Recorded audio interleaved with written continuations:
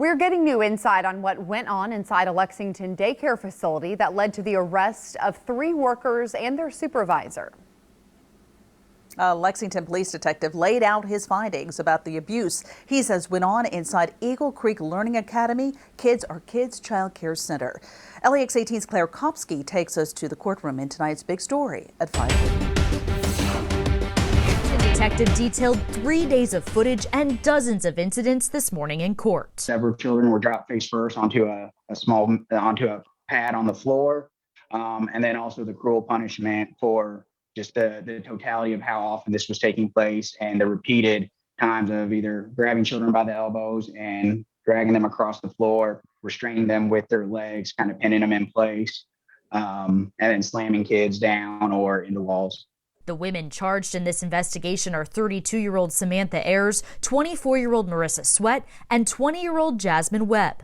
Lexington Police Detective Paul Hogan says there are reports of incidents at Eagle Creek Learning Academy Kids Are Kids Child Care dating back to 2019.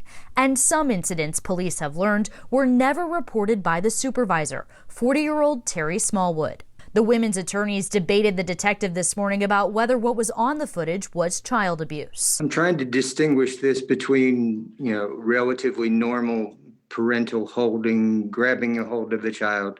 When you observe, and that's where reviewing the video, these are only the egregious acts that myself and the cabinet documented. There are other times where I would agree that it would be common holding. These 28 or so that are documented are what we deemed beyond that. Another one of the defendant's attorneys suggested that charges be dropped to third-degree criminal abuse, which is only a misdemeanor. The Commonwealth's attorney pushed back. I would first of all disagree. I think several of these acts alone shock the conscience when sensitive, vulnerable children are thrown around like beach balls.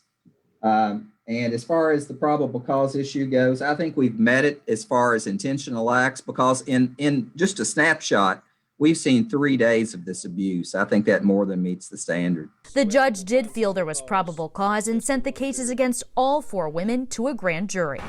In Lexington, Claire Kopsky, LEX 18 News.